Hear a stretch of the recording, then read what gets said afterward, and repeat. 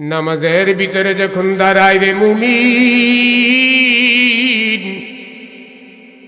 বাহিরের যত চিন্তা চেতনাগুলি আছে সব চিন্তা চেতনাগুলি আমাদের নামাজের মাধ্যমে আসে।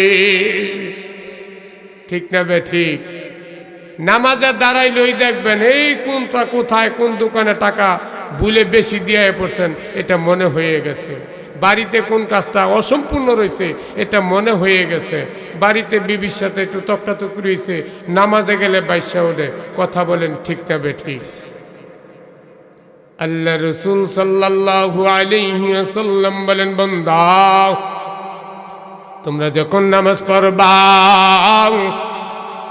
এমন ভাবে তোমরা নামাজ আদায় করবা, মনে করবা তোমাদের রব তোমাদের সামনে উপস্থিত হয়ে গেছে।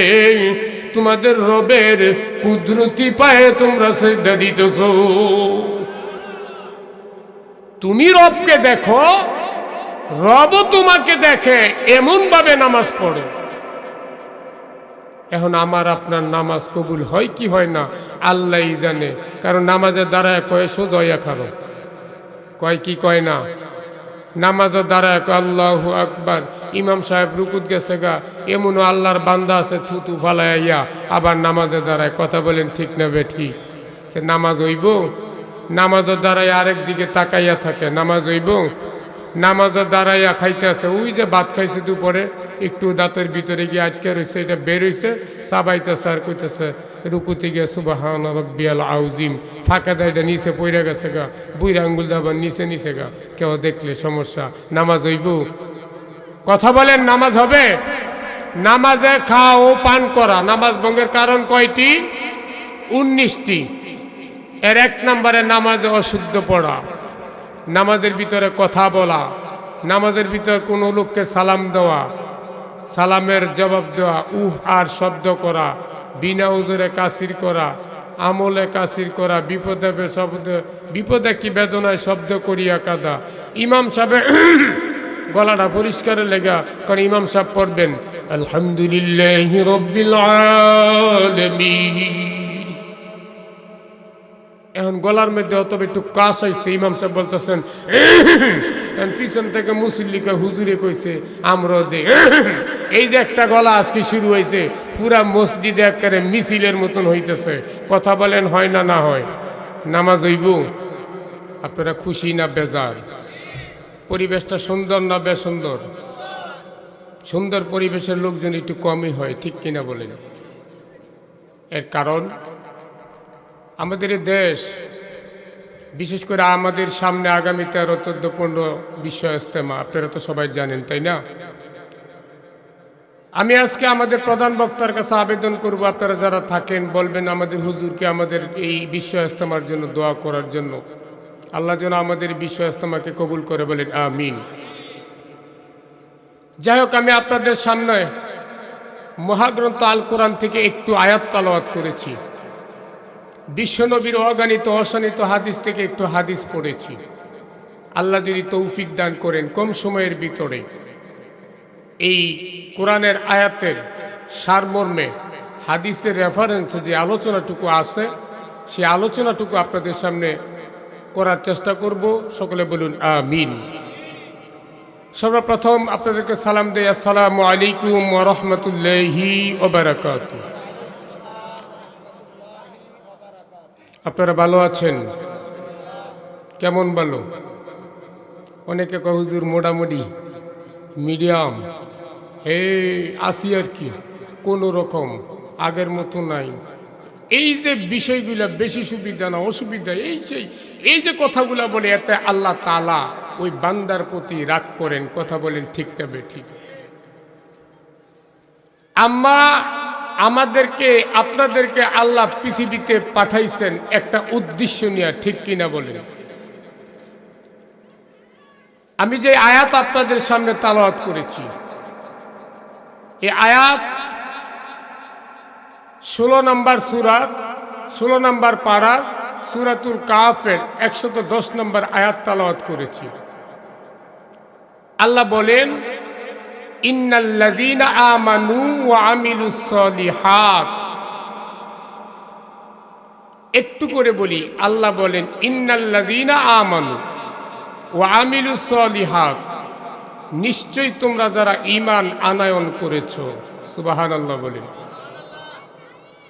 আমরা আপনারা ঈমান এনেছি না? ঈমান আনার পরে ওয়া আমিলুস সলিহাত, তোমরা যারা আমলে সলে করেছো, আমলে সলে তোমরা যারা করেছো, কানাত লাহুম জান্নাতুল ফিরদাউসি নুজুলা। বলেন সুবহানাল্লাহ। আল্লাহর ঘোষণা, তোমরা যারা ঈমান আনয়ন করেছো, ঈমান আনার পরে আমলে সলে করেছো, সৎ কাজের আদেশ করেছো, সৎ কর্মগুলো তোমরা যারা করেছো, তোমাদের জন্য আমি আল্লাহ জান্নাতুল ফিরদাউস বানাইছি। বলেন সুবহানাল্লাহ। তো আমরা সকলে ছিলাম একটা সময় মৃত। কি ছিলাম? আল্লাহ তাআলা আমাদেরকে মাটি নিয়ে বানায়া করলেন জীবিত। আমরা সকলে ছিলাম রূহের জগতে। রূহের জগৎ থেকে রব্বিকাল কারীম আমাদেরকে পাঠাইছেন মায়ের পেটের জগতে। মায়ের পেটের জগৎ থেকে আমাদেরকে আল্লাহ পাঠাইছেন দুনিয়ার জগতে। তিনটা ধাপ। চতুর্থ নাম্বার ধাপ হইল আলামুল বরজখ, কবরের জগৎ, যেই জগতে আমি আপনি একা যাব, আমার আপনার সামনে কেউ যাইবে না, আমার আপনার সাথে কেউ যাইবে না, একাই যেতে হবে, একাই থাকতে হবে। এমন কি কতদিন থাকবো? কিয়ামত পর্যন্ত থাকবো। বলেন সুবহানাল্লাহ। এই যে আল্লাহ বললেন তোমরা যারা ঈমান আনলা, ঈমান আনার পরে তোমরা যারা আমলে সলে করেছো, আমলে সলে করার পরে সৎ কাজের আদেশ তোমরা দিয়েছ, বান্দা তোমাদের জন্য আমি আল্লাহ জান্নাতুল ফিরদাউস বানাইছি। বান্দা বলে আল্লাহ জান্নাতুল ফিরদাউসে কেমনে কামাই করব গো? জান্নাতুল ফিরদাউস আমাদের জন্য বানাইছেন।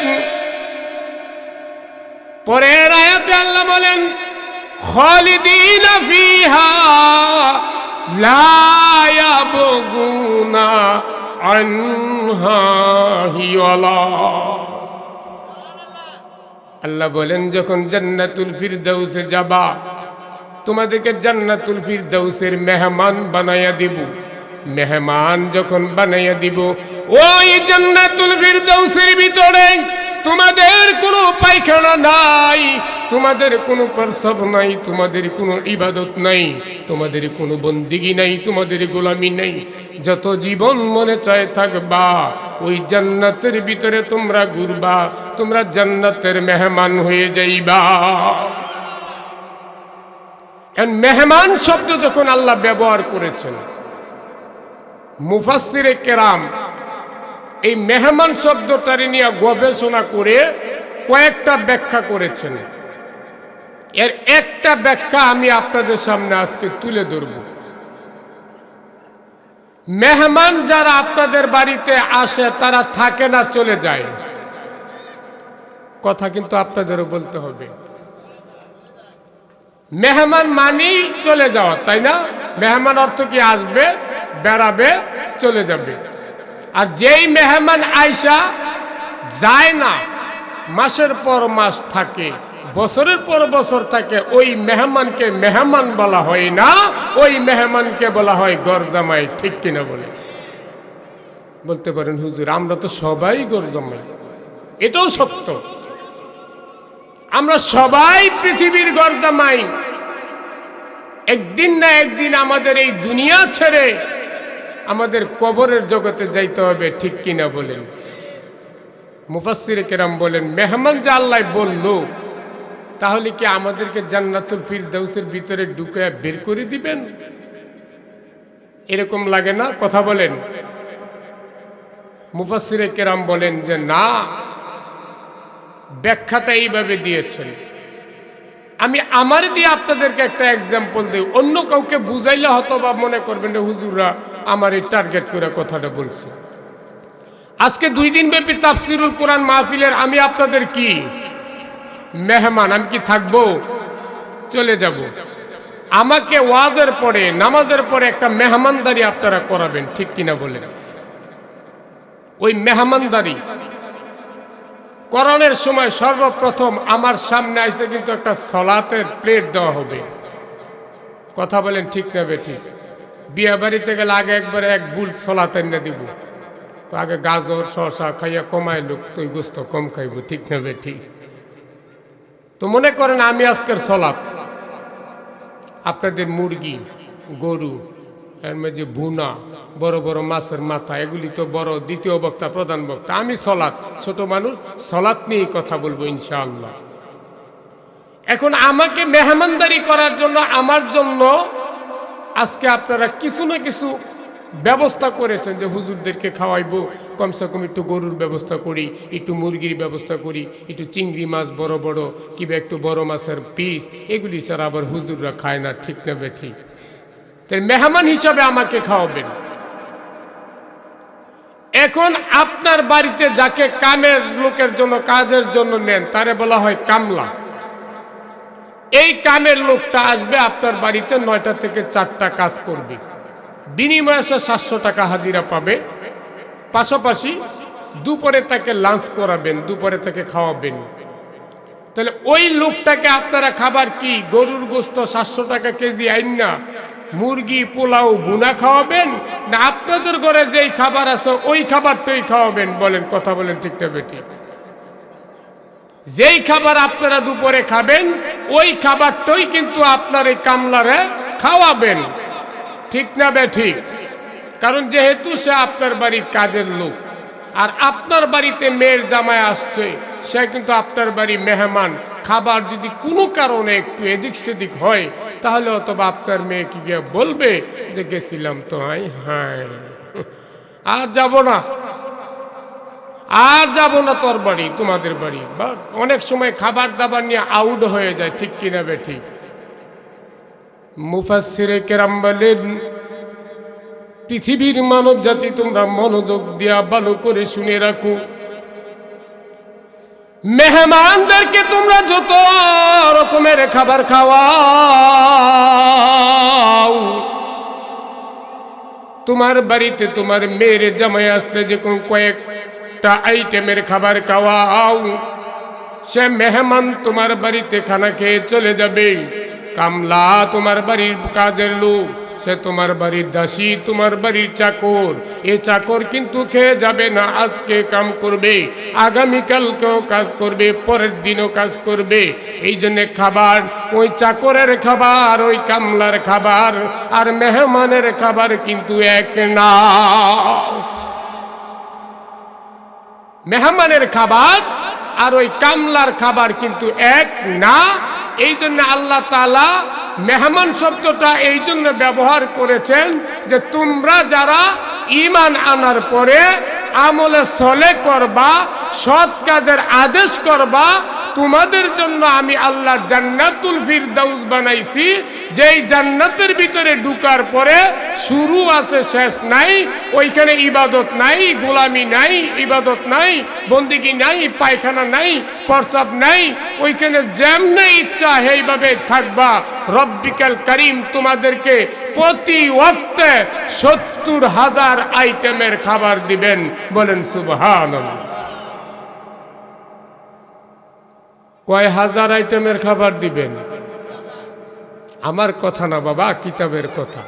এটা মেহমানদারের জন্য এই ব্যবস্থা করেছেন। এখন ওই যে জান্নাতুল ফিরদাউস, তো জান্নাতুল ফিরদাউসে যাইতে চাই, কথা বলেন ঠিক না বেঠিক? আপনারা যারা এসেছেন সবাই তো ওয়াজ শোনার নিয়তে এসেছেন, ওয়াজ শুনে আমল করবেন, আমল করে জান্নাত কামাই করে ময়দানে হাসরে জান্নাতের মালিক হয়ে যাইবেন। এই জন্যই ওয়াজে আসেন, কথা বলেন ঠিক না বেঠিক? তাহলে সেই জান্নাতে যাইতে গেলে জান্নাতের কাজ করতে হবে, ঠিক না বেঠিক?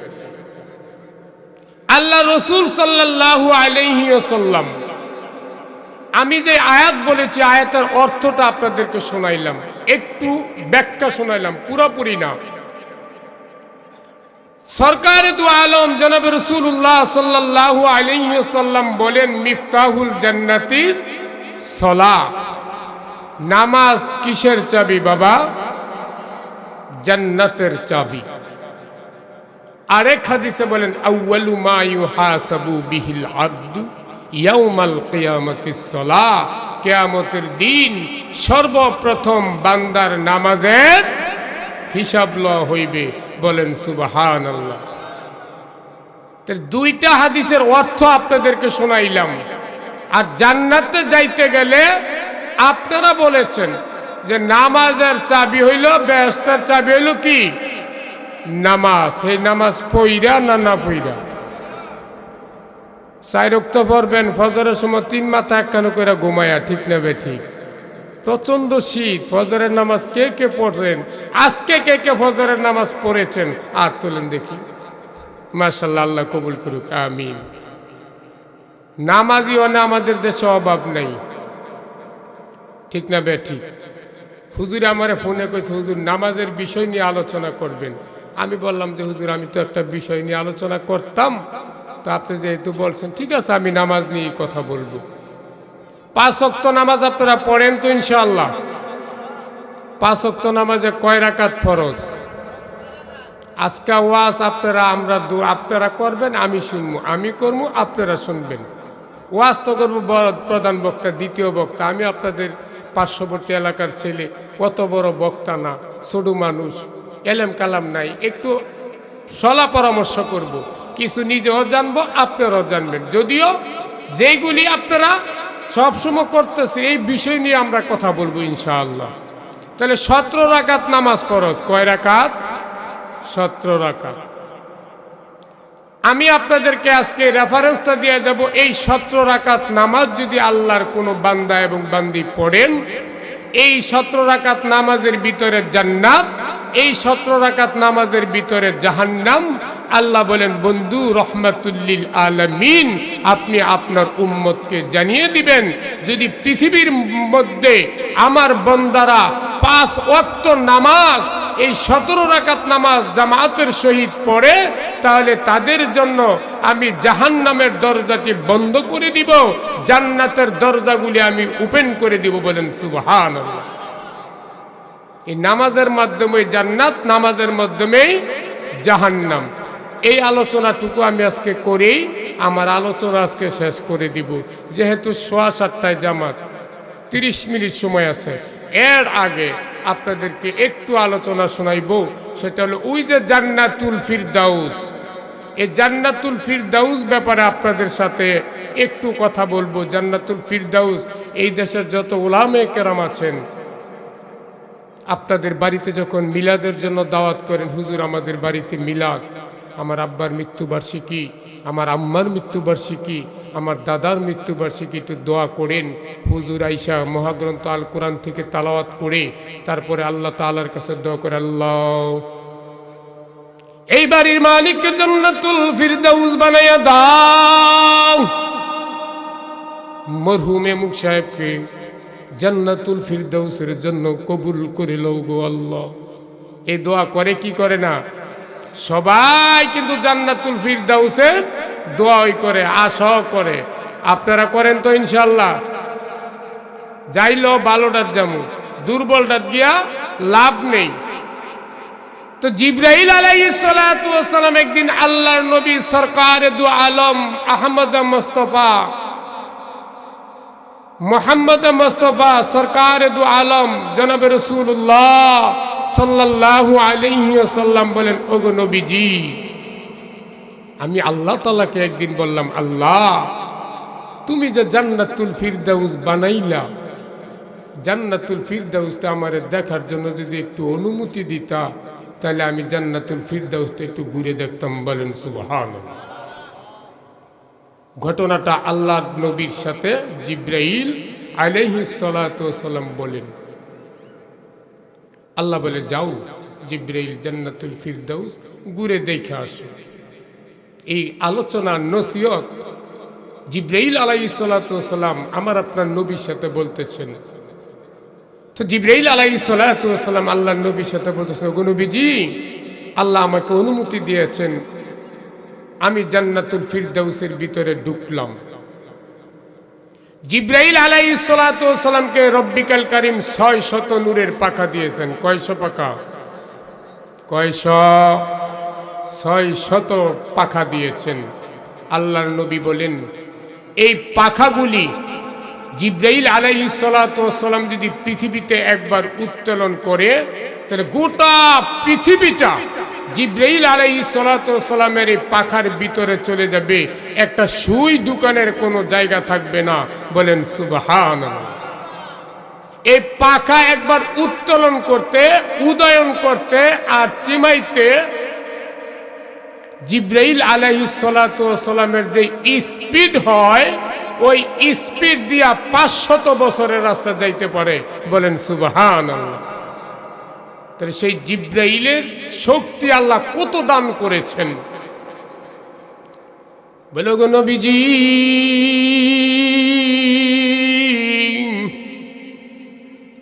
আমি জিবরাইল যখন জান্নাতুল ফিরদাউসের ভিতরে ঢুকলাম, ঢুকে দেখলাম জান্নাতুল ফিরদাউসের ভিতরে একটা মাঠ। ওই মাঠটার নাম হইল মসজিদ। মসজিদ নামের মাঠের ভিতরে যখন আমি ঢুকলাম, আমার এই 600 পাখা দিয়ে আমি একদিন না, 1 মাস না, 1 বছর না, 2 বছর না, 3 বছর না, 70 বছর পর্যন্ত আমি জান্নাতুল ফিরদাউসের ভিতরে যে মাঠ, এই মাঠের ভিতরে পাখা মারলাম। নবীজি গো, আমি সেই মাঠের কোনো কুল কিনারা পাইলাম না।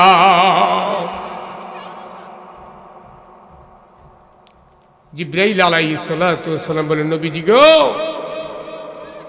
আমি 1 বছর নয়, 2 বছর নয়,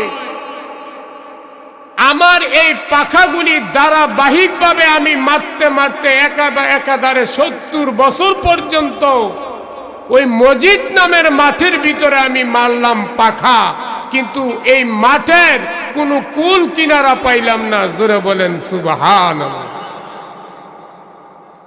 এখনো পর্যন্ত জান্নাতুল ফিরদাউসের ভিতরে ঢুকে নাই, শুধু মাঠের ভিতরেই ঘুরলেন। তাফসিরে মাযহারিতে আল্লামা সানাউল্লাহ ইকবাল রহমাতুল্লাহি আলাইহি এই ঘটনাটা বর্ণনা করেছেন। জান্নাতুল ফিরদাউসের ভিতরে যে মাঠ, এই মাঠে জিবরাইল আলাইহিস সালাতু ওয়াস সালামের ঘটনাটা, এই ঘটনাটা তাফসিরে মাযহারিতে আসছে। তো সে জিবরাইল আলাইহিস সালাতু ওয়াস সালাম 70 বছরে যিনি পাখা একবার উদয়ন করলে আবার চিমাইলে 500 বছরের রাস্তা যাইতে পারেন, উনি 70 বছরে ওই মাঠের কোনো কুল কিনারা পান নাই।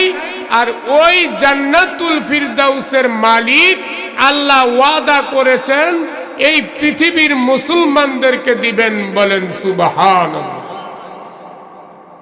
আমার আয়াতেও বলা হয়েছে, তোমরা যারা ঈমান আনয়ন করেছ, ঈমান আনার পরে আমলে সলে করেছ এবং সৎ কাজের আদেশ করেছ, এই কাজগুলি তোমরা যারা করেছ, তোমাদের জন্যই জান্নাতুল ফিরদাউসের মালিক আল্লাহ তোমাদেরকেই বানাইবে। বলেন সুবহানাল্লাহ।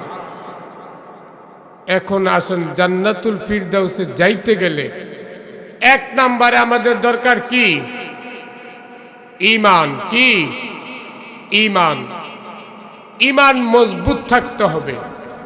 2 নম্বরে দরকার আমলে সলে। বর্তমান প্রেক্ষাপটে আমাদের ঈমান দুর্বল করার জন্য শিরিক নামের গুনাহ জিন জাতির মাধ্যমে, আজাজিলের মাধ্যমে আমাদের ভিতরে ঢুকিয়ে দিয়েছেন। আর আমল ধ্বংস করার জন্য বেদাত নামের গুনাহ আমাদের ভিতরে ঢুকিয়ে দিয়েছেন। এই জন্য আমরা মানুষগুলি আস্তে আস্তে শিরকের পথে, বেদাতের পথে, বিভিন্ন গুনার সাথে লিপ্ত হয়ে যাইতেছি। কথা বলেন ঠিক না বেঠিক? আমাদের জান্নাতে যাইতে গেলে এক নম্বরে আমাদের ঈমান আনতে হবে। ঈমান আনার পরে আমলে সলে করতে হবে। আমলে সলে করার পরে, সৎ কাজ করার পরে, সৎ আদেশ দেওয়ার পরে আমাদের আল্লাহর হুকুম নামাজ পড়তে হবে। কয় ওয়াক্ত? 5 ওয়াক্ত নামাজ আমাদের পড়তে হবে তাকবীরে উলা শহীদ। আর তাকবীরে উলা শহীদ যদি নামাজ পড়তে পারেন, ময়দানে হাসরে জান্নাতের যখন ফয়সালা হয়ে যাবে, আপনাকে যখন জান্নাতের ভিতরে যাওয়ার অনুমতি দেওয়া হবে, আপনার রায় হয়ে যাবে, আপনি জান্নাতে যাবেন, তখন জান্নাতের ভিতরে যাওয়ার আগে জান্নাতের সামনে একটা দরজা, ওই দরজার ভিতরে বিশাল বড় একটা তালা লাগানো থাকবে। ওই তালা খুলতে গেলে আমার আপনার দরকার হলো মিফতাহুল জান্নাতি সলা, নামাজ হলো বেহেশতের চাবি। এই নামাজ পড়লেই আপনি জান্নাতের মালিক হয়ে যাইবেন। বলেন সুবহানাল্লাহ। এখন আসেন নামাজের আলোচনা। নামাজ আমরা পইরা না পইরা? কয় ওয়াক্ত পইরা? 2 ওয়াক্ত পইরা না 5 ওয়াক্ত পইরা? 5 ওয়াক্ত নামাজ পড়তে হবে। আমাদের দেশে এমনও নামাজি আছে, আল্লাহ বলেন ইন্নাস সালাতা তানহা আনিল ফাহশাই ওয়াল মুনকার, নিশ্চয়ই নামাজ যাবতীয় অন্যায় এবং ফারাক এবং কি খারাপ কাজ থেকে মানুষকে বিরত রাখে। বলেন সুবহানাল্লাহ। কোরআনের ঘোষণা যে নামাজের মাধ্যমে মানুষকে অন্যায় থেকে বিরত রাখে, গুনাহ থেকে বিরত রাখে। আর বর্তমান সমাজে আমাদের ভিতরে, আপনাদের ভিতরে নামাজও পড়ে সুদ খায়, নামাজও পড়ে ঘুষও খায়, নামাজও পড়ে জিনা করে, নামাজও পড়ে কিনা করে, নামাজও পড়ে চুরি করে, নামাজও পড়ে গীবত করে। আসে না নাই? এই নামাজ আল্লাহর দরবারে কবুল হবে? এই নামাজ কি মুমিনরা পড়েছেন? আমাদের আকাবির যারা, তারা কি এইভাবে নামাজ পড়েছেন? আমার আপনার নবী সরকারে দু আলম কি এইভাবে নামাজ পড়তে বলেছেন? নামাজ কবুল হওয়ার আগে 1 নাম্বার শর্ত হইল নামাজের ওয়াজিব 14টি। কয়টি? নামাজের বাহিরে এবং ভিতরে হইল 13 ফরজ। কয় ফরজ? নামাজের বাহিরে এবং ভিতরে 13 ফরজ। নামাজের বাহিরে হইল 7 ফরজ, ভিতরে কয় ফরজ? 6 ফরজ। এই 6 ফরজের ভিতরে 1 নাম্বারটা হইল শরীর পাক। কি পাক? কথা বলেন, আবার বলেন। শরীর পাক। বলতে পারেন হুজুর আপনি কি পড়াইতে আইছেন? যেহেতু নামাজের আলোচনা একটু তো বলতে হবে, নাহলে বুঝবেন কেমনে? আমার আপনার নামাজ কবুল হইতে গেলে নামাজের ভিতরে 13 ফরজ, নামাজের বাহিরে এবং ভিতরে 13 ফরজ, বাহিরেরটা বাদ দিয়া ভিতরে যে 6 ফরজ আছে, 6 ফরজের 1 নাম্বার ফরজ হইল শরীর পাক। এখন আমার আপনার শরীর পাক আছে না নাই? এই অবস্থায় পাক আছে না নাই? কথা বলেন। অবশ্যই আছে। আমরা মাগরিবের নামাজ পড়ে এখানে এসেছি, আমাদের সকলের শরীর এই মুহূর্তে পাক আছে, ঠিক না বেঠিক? কিন্তু এই পাক কিন্তু সেই পাক না। নামাজের বিষয় দিছে, নামাজ তো আপনারা পড়েন, একটা মাসালা দিয়ে যাই, সবগুলো দেওয়ার সময় নেই। বলতে পারেন হুজুর শরীর কেমনে পাক করব? আপনার শরীর কেমনে পাক করবেন? আপনি যখন আপনার আল্লাহর দরবার রব্বিকাল কারিমের সামনে নামাজের মধ্যে দাঁড়াইবেন, নামাজ এমন ভাবে পড়ো রে মুমিন যেইভাবে তোমার রাসূল নামাজ পড়েছেন, এমন ভাবে নামাজ আদায় করো যেইভাবে হযরত আলী করিমুল্লাহ রাদিয়াল্লাহু তাআলা আনহু তারা যেইভাবে নামাজ পড়েছেন। সাহাবায়ে আজমাইন যেইভাবে নামাজ পড়েছেন এইভাবে তোমরা নামাজ আদায় করো। আমরা এখন যারা নামাজ পড়ি, নামাজের ভিতরে যখন দাঁড়াই রে মুমিন, বাহিরের যত চিন্তা চেতনাগুলি আছে সব চিন্তা চেতনাগুলি আমাদের নামাজের মাধ্যমে আসে, ঠিক না বে ঠিক?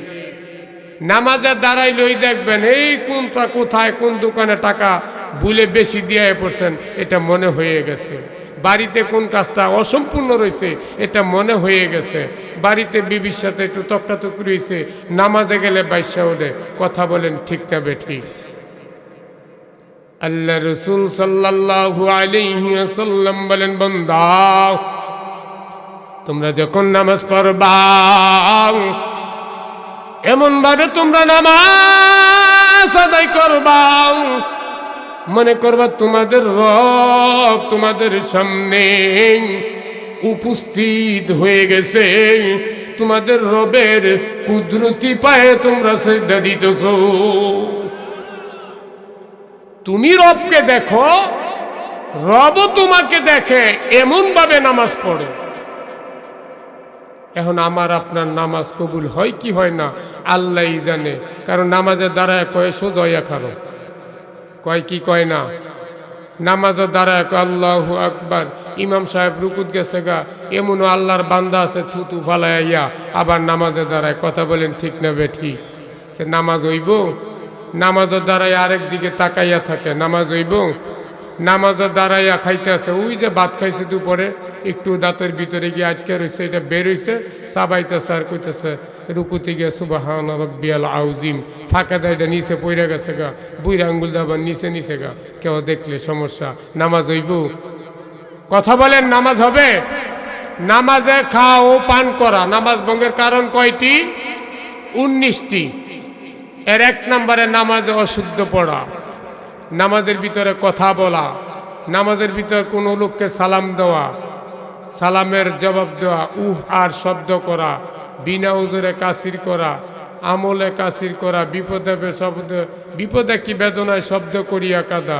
ইমাম সাহেব গলাটা পরিষ্কারের লেগা, কারণ ইমাম সাহেব পড়বেন আলহামদুলিল্লাহি রাব্বিল আলামিন।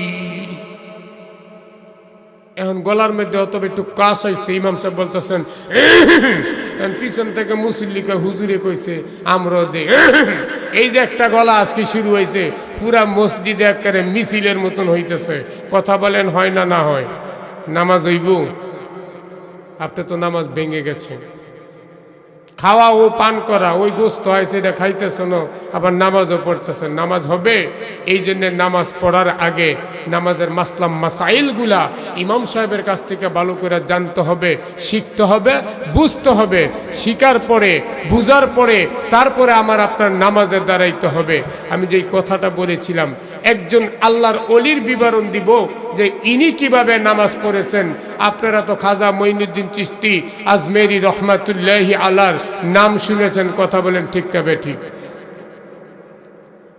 খাজা মঈনুদ্দিন চিশতি আজমেরি রহমাতুল্লাহি আলাইহি এত বড় ওলি, জগৎ বিখ্যাত একজন ওলি। আল্লাহ ডাক দিয়ে বলে, মঈনুদ্দিন আমি তোর আমলে এত সন্তুষ্ট হয়ে গেলাম, আমার কাছে মনে হয় রে মঈনুদ্দিন তোর হাত আমার হাত হয়ে গেছে। সুবহানাল্লাহ বলেন। এ মঈনুদ্দিন আমার কাছে মনে হয় তোর চেহারাটা আমি আল্লাহর চেহারা হয়ে গেছে, তোর পা আমি আল্লাহর পা হয়ে গেছে। এত বড় ওলি, এই ওলিও কিন্তু নামাজের মাধ্যমে আল্লাহর দিদার লাভ করেছে। খাজা মঈনুদ্দিন চিশতি আজমেরি রহমাতুল্লাহি আলাইহির একজন উস্তাদ বুজুর্গ শায়েখ খাজা উসমান হারুনি রহমাতুল্লাহি আলাইহি, উনি জীবনে একবার নামাজ পড়েন, একবার না, উনার নামাজের সংক্ষিপ্ত জীবনীটা বলবো। ভারতবর্ষে ভারত সিন্ধু থেকে মালদা নামের একটা দেশ আছে, একটা প্রদেশ। এই এক জেলা থেকে আরেক জেলায় দুইজন আলেম সফর করতেছিলেন।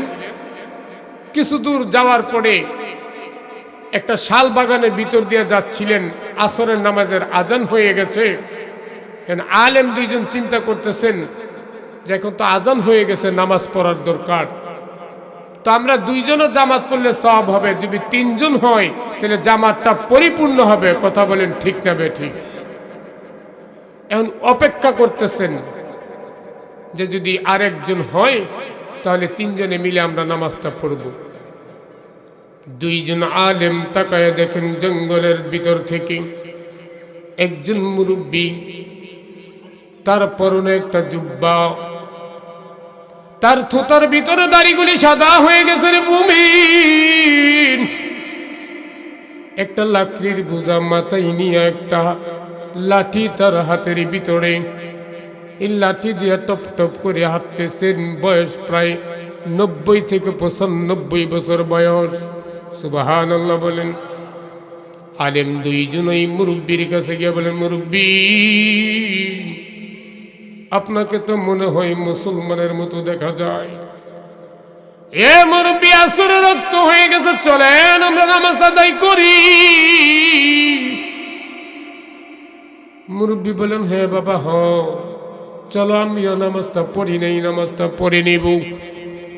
মুরব্বীর লাকড়ির বোঝাটা মাথা থেকে নামাইলেন। দেখতেছেন গাম বেয়ে বেয়ে টপ টপ করে জমিনে পড়ে। আলেম দুইজন বলেন, মুরব্বী,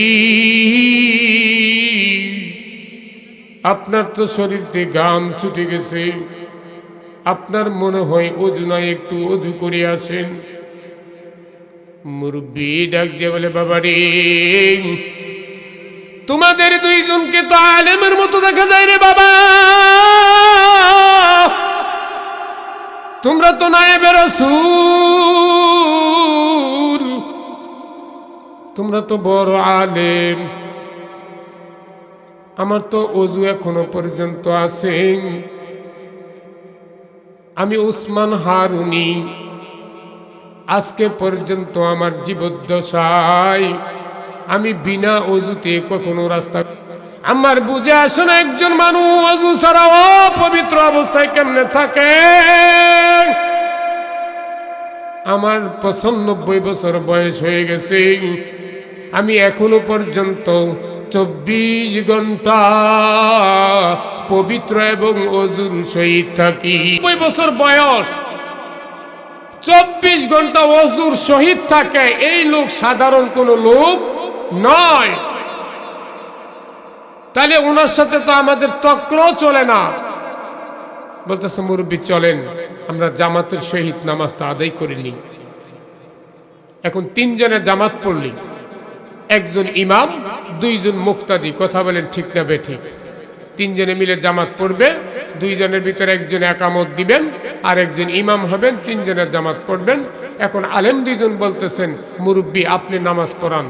ওই মুরব্বী বলতেছেন, না বাবা না, আমি মূর্খ মানুষ, আমার এলেম কালাম নেই, আমি তো নামাজ পড়াতে পারবো না, তোমরা পড়াও। এইভাবে ধাক্কাধাক্কি করে একটা পর্যায়ে ওই মুরব্বীকে নামাজের মুসল্লায় দাঁড় করাইলেন, আর আলেম দুইজন পিছনে নিয়ত করে আল্লাহু আকবার বলে দাঁড়াইলেন। বলেন সুবহানাল্লাহ। আসরের নামাজ পড়তে কয় রাকাত, কতক্ষণ সময় লাগে বাবা? সর্বোচ্চ 7 থেকে 10 মিনিট, সর্বোচ্চ 10 মিনিটে যদি আসরের নামাজ কোনো ইমাম সাহেব গ্রামগঞ্জে পড়ান, তাহলে ওই ইমামের চাকরি থাকবে না। ঠিক না বেঠিক বলেন? ইমামের চাকরি ওই দিন কই শেষ। কারণ হুজুরে কি নামাজ পড়ালে, ইমামের চাকরি সাথে সাথে শেষ। আর যদি 5 মিনিটে পড়াইতে পারে, ইমাম হবে মারহাবা, জিন্দাবাদ। কথা বলেন ঠিক না বেঠিক? এবার মুরব্বী সামনে যখন দিয়ে দিলেন, 1 minute, 2 minute, 3 minute, 4 minute, 10 minute চলে যায়। রুকুতে ইমাম সাহেব যাচ্ছেন না। আলেম দুইজন পিছন থেকে রাগান্বিত হয়ে গেলেন যে এমন একজন লোককে সামনে নামাজের মুসল্লায় দাঁড় করাইলাম যে নামাজের নিয়ম কানুন জানে না, নিজের নামাজটা নষ্ট করে দিবে, আমাদের নামাজটা নষ্ট করে দিবে। নামাজ তো ছাড়তেও পারতেছে না। ধারাবাহিকভাবে 13 থেকে 14 মিনিট যখন হয়ে গেছে, ওই মুরব্বী প্রথম রাকাতে বলেন আল্লাহু আকবার। এইভাবে 14 মিনিট করে 4 রাকাত আসরের নামাজ ওই মুরব্বী 1 ঘন্টায় আদায় করেছে। সুবহানাল্লাহ, আসতে কইলেন যে 1 ঘন্টায় যদি আসরের নামাজ আদায় করে, তাহলে আলেম দুইজনের চেহারাটা লাল হয়ে গেছে। নামাজ সালাম ফিরাইতে যা দেরি, ওই মুরব্বীকে রাগান্বিত হয়ে উনি ঘুরার আগে তারই ঘুরে এলেছে। সুবহানাল্লাহ বলেন। মুরব্বী বলতেছে, বাবা তোমরা আমার সাথে রাগ করতেছো কেন? কই নিজের নামাজও খাইলেন, আমার নামে আমাদের নামাজটাও নষ্ট করলেন। হ্যাঁ, এইভাবে কে কেউ নামাজ পড়ে? বাবারে, আমি প্রথমেই তো বলেছিলাম যে আমি মূর্খ, আমার এলেম নাই, আমার কালাম নাই, আমাকে সামনে দিও না, তোমরা জোর কইরা দিছ, এই জন্য আমি পড়াইছি। কেন? কয় সন্ধ্যা হয়ে গেছে। কয় বাবা যাও বাহিরে একটু বের হইয়া দেখো তো সূর্যটা কোথায় আছে। আলেম দুইজন ঘর থেকে বের হইলেন, এবার বাহিরে বের হইয়া দেখেন আসরের নামাজের সময় সূর্য আসমানের উপরে যেই জায়গায় ছিল, এখনো পর্যন্ত সূর্য ওই জায়গায় আছে, এক বিন্দু পরিমাণ নড়ে না। এখন আলেম দুইজন দৌড়ে ঘরের ভিতরে গেলেন। যেই আল্লাহর বান্দার কথায় সূর্য পর্যন্ত নড়ে না, ওই আল্লাহর বান্দা দুনিয়ার কোনো সাধারণ মানুষ নয়। ওনার সাথে তো আমরা বেয়াদবি করেছি, আমারে মাফ করে দিবে কিনা। দুইজন আলেম ঘরের ভিতরে মসজিদে ওইখানে ডুইকা ওনার পায়ে ধরে বলতেছেন, মুরব্বি আল্লাহর ওলি, আপনাকে আমরা চিনতে পারি নাই, আপনাকে আমরা বুঝি নাই গো ওলি, আপনি আমাদেরকে মাফ করে দেন গো ওলি, আপনি আমাদেরকে সহবত দিয়া দেন, নামাজ কেমনে পড়ে একটু শিখাইয়া দেন। এবার আল্লাহর ওলি খাজা উসমান হারুনি রহমাতুল্লাহি আলাইহি বলে, ও আলেম, তোমরা কিভাবে নামাজ পড়ো আমার তা জানা নাই। আমি যে আমল করি, যে ইবাদত করি, ওই ইবাদত গুলি আমি সরাসরি আমার মালিকের কাছ থেকে নগদে আদায় করে নে। আমি বাকিতে কোনো ইবাদত করি না। আমি যে ইবাদত করি, আমি সমস্ত ইবাদত নগদে করি। আমি নগদে বিশ্বাসী, বাকিতে বিশ্বাসী না। আমি যখন আল্লাহু আকবার বলে দাঁড়াইলাম, আমি সূরা ফাতিহা আউযু বিল্লাহ পড়লাম, আমি সানা পড়লাম, বিসমিল্লাহ পড়লাম, আলহামদুলিল্লাহি রাব্বিল আলামিন। আমি যখন পড়তেছিলাম আলহামদুলিল্লাহি রাব্বিল আলামিন,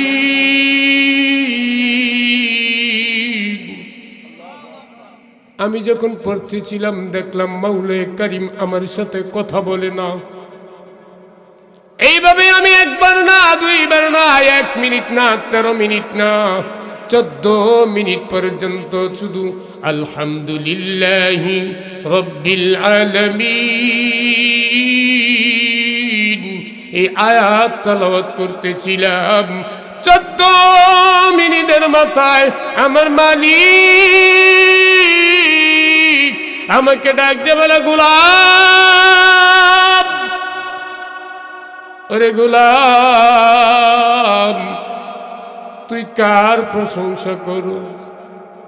আমি বললাম রব্বিল আলামিন, যিনি সমস্ত জগতের রব, আমি সেই রবের প্রশংসা করি। আমি এইভাবে পরে আর রহমানির রহিম মালিক ইয়াউমিদ্দিন প্রত্যেকটা আয়াতে আমি আমার মালিকের সাথে কথোপকথন করেছি। আমার এইখানে 1 মিনিট গেল না 1 ঘন্টা গেল না 24 ঘন্টা গেল, আমার তো জানা ছিল না।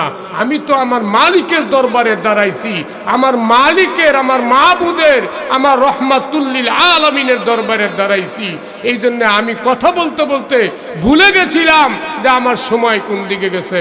তোমরা রাগ করো না, জোরে বলেন সুবহানাল্লাহ। তাহলে তাদের নামাজ আর আমাদের নামাজ এক হবে? কথা বলেন, পার্থক্য আছে কি নাই? আজান দিতেছে, আমাদের জামাত 7:15টায়, 7:15টায়। আমি আর 10 মিনিটের ভিতরে ছেড়ে দেবো, আজানটা শেষ হোক, বাকি 5 মিনিটেই ইনশাল্লাহ আলোচনা গুছিয়ে ফেলবো ইনশাআল্লাহ। 4 আর 3 কয় রাকাত? কথা বলেন, 7 রাকাত। জাহান্নাম কয়টা? একটু আওয়াজ করে বলেন। এই যে আমনে করতে আমি শিখতেছি, এই জন্যই বলছি আওয়াজ করতে হবে। আমি তো একটু একটু খোঁচাইছি, দেখেন না আরো 2 জন আছে, এরা কিতা কয় আপনাদের? কোথায় আলবোটায় জোরে কোন, আস্তে কোন, ধর্মীয় কি কয়। তাহলে এশারের ফরজ হলো 4 রাকাত, মাগরিবের ফরজ হলো 3 রাকাত। 4 আর 3 ফরজ হলো কয় রাকাত? আমার আপনার নবী, বিশ্ব নবী, সরকারে দু আলম রব্বিকাল কারিমকে ডাক দিয়ে বলে, মালিক আমার উম্মত গুলি হবে দুর্বল। আল্লাহ রে, আমার কওমের ভিতরে মানুষের হায়াতের জিন্দেগি হবে কম, মানুষগুলি হয়ে যাবে ছোট, হায়াত হয়ে যাবে 50 থেকে 60 বছর। এ মালিক, এই কম বয়সে আমার বান্দা, আমার উম্মতেরা নামাজ কিভাবে পড়বে? জাহান্নাম থেকে কেমনে বাঁচবে? জান্নাত তারা কেমনে পাবে? আল্লাহ ডাক দিয়ে বলে, বন্ধু চিন্তার কোনো কারণ নাই, টেনশন করার কোনো কারণ নাই। তোমাকে একটা উপাধি শিখাই দেই, তোমার উপরে 5 ওয়াক্ত নামাজ, তোমার কওমের উপরে, তোমার উম্মতের উপরে 5 ওয়াক্ত নামাজ ফরজ করা হয়েছে। তোমার কোনো উম্মত যদি, আমার কোনো বান্দা বান্দি যদি এশারের 4 রাকাত ফরজ নামাজ এবং মাগরিবের 3 রাকাত ফরজ নামাজ আদায় করে, এই 7 রাকাত নামাজের বিনিময়ে রে বন্ধু, জাহান্নাম আমি আল্লাহ হারাম করে দিব। জাহান্নাম কি করে দিবেন? হারামের পরে আর কিছু থাকে? অনেক আবার থাকে। আমাদের গ্রামগঞ্জে মানুষ হারাম হারাম হারাম, ভাই আমি এটা করি নাই। একেবারে খোদার কসম, আল্লাহর কসম, নবীর কসম, নবী সাফায়াত করতো না, মরলে মাটিয়ে বসতো না, অথচ কাজ কিন্তু করছে। ঠিক তবে ঠিক। আর মিয়া তো কিরা কাটেন কি লেগো? কিরা কাটে তো ফাসেকরা, মুনাফিক। মুসলমানদের ভিতরে তো কিরাকিরি কি বললেই হয়, ভাই এটা আমি করি নাই, বিশ্বাস কর, আমি আল্লাহর বান্দা, আমি উম্মতি, আমি মুহাম্মদ রাসূলুল্লাহ সাল্লাল্লাহু আলাইহি ওয়াসাল্লামের উম্মত। এই 5-7টা কিরা কাটলে কেন বোঝা যায় কিছু? কিরা কাটা কারে কয়? গরুর হাটে গেলে বোঝা যায়, ঠিক না বেটি?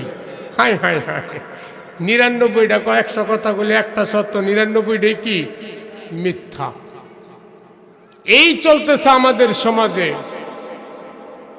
তাহলে আল্লাহ ঘোষণা দিয়েছেন, এশার এবং মাগরিবের 3 রাকাত ফরজ নামাজ যদি আল্লাহর বান্দারা করে, ওই যে বলেছি ইন্নাল্লাযীনা আমানু ওয়া আমিলুস সলিহাত, তোমরা যারা ঈমান আনার পরে আমলে সলে করলা, সৎ কাজের আদেশ করলা, আমি আল্লাহর সালাত কায়েম করলা, তোমরা জান্নাতের মালিক হয়ে যাইবা।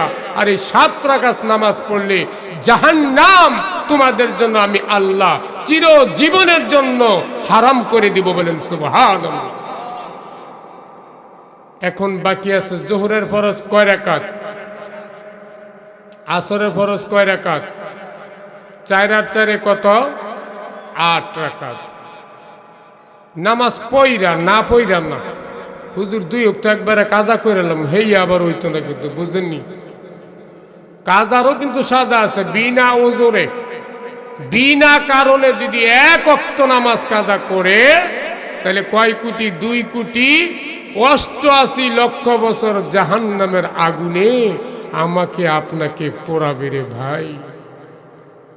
কোথায় করব আলোচনা? জাহান্নামের নাম শুনলেই ভয় লাগে।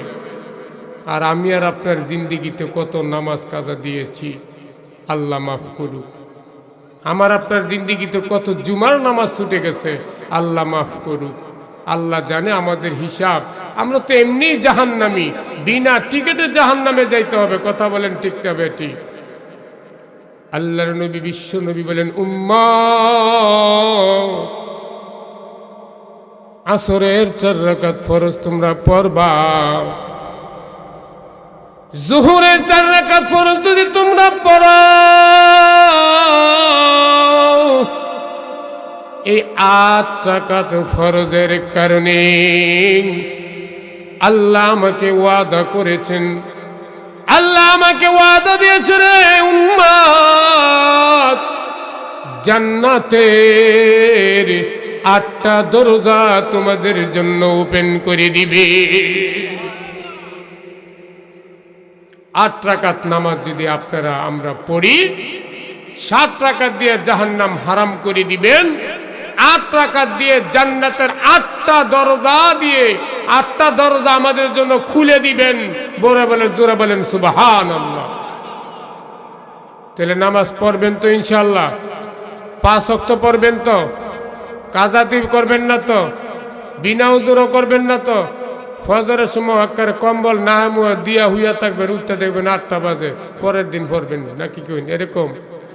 আহা, আমাদের ঘরে রহমত নাই, আমাদের ঘরে শান্তি নাই, আমাদের ঘরে কোরআন তালাওয়াত নাই, আমাদের ঘরে জিকির নাই। হুজুর একটু দোয়া কইরেন, ঘরে তো কোনো শান্তি পাইতেছি না। কোরআন শরীফ পড়ো, কয় পারি না। নামাজ পড়ো, কয় হেইডা হুজুর মাঝে মাঝে পড়ি। সূরা কালাম পারি না তো কেমনে পড়তাম?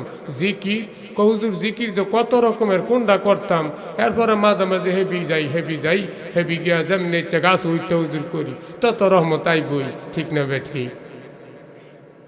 কত রকমের লোক আছে রে বাবা। এখন বাকি আছে ফজর। কি বাকি আছে ভাই? ফজরের ফরজ কয় রাকাত? 2 রাকাত। আল্লাহর নবী বিশ্ব নবী রাহমাতুল লিল আলামিন বলেন, উম্মাহ তোমরা যদি কন্টিনিউ কেউ ফজরের 2 রাকাত ফরজ নামাজ আদায় করো, 1 রাকাতের বিনিময়ে সারা রাত্র যখন তুমি ঘুমাইবা, আমার আল্লাহ কিন্তু ঘুমাই না। 1 রাকাতের বিনিময়ে উম্মত সারা রাত্র তুমি ঘুমাইলে, এই 1 রাকাতের কারণে তোমার আমল নামায় রব্বিকাল কারীম আমল লিখতেই থাকবে। আর 1 রাকাত দিয়ে সারাদিন কাজ করবেন, চাকরি করবেন, ব্যবসা করবেন, কৃষি কাজ করবেন। রব্বিকাল কারীম আল্লাহর নবীরে জানিয়ে দেন, ওগো নবীজি আপনি আপনার কওমকে জানিয়ে দিন, ওই যে ফজরের নামাজ পড়েছে, এই ফজরের 1 রাকাত নামাজ পড়ার কারণে এই নামাজের বরকতে সারাটা দিন ওই আল্লাহর বান্দার আমল নামায় আমি আল্লাহ সওয়াবও লিখব, এবং বালা মুসিবত রোগ সুখ থেকে আল্লাহর ওই বান্দাকে আমি আল্লাহ হেফাজত করে দিব। তাহলে নামাজ পড়বেন তো ইনশাআল্লাহ? কয় ওয়াক্ত পড়বেন? আল্লাহ তাআলা আমাদের সকলকে 5 ওয়াক্ত নামাজ জামাতের সহিত পড়ার তৌফিক দান করুক। সকলে বলুন আমিন। ওয়া আখিরি দাওয়ানা আনিল হামদুলিল্লাহি রাব্বিল আলামিন। আসসালামু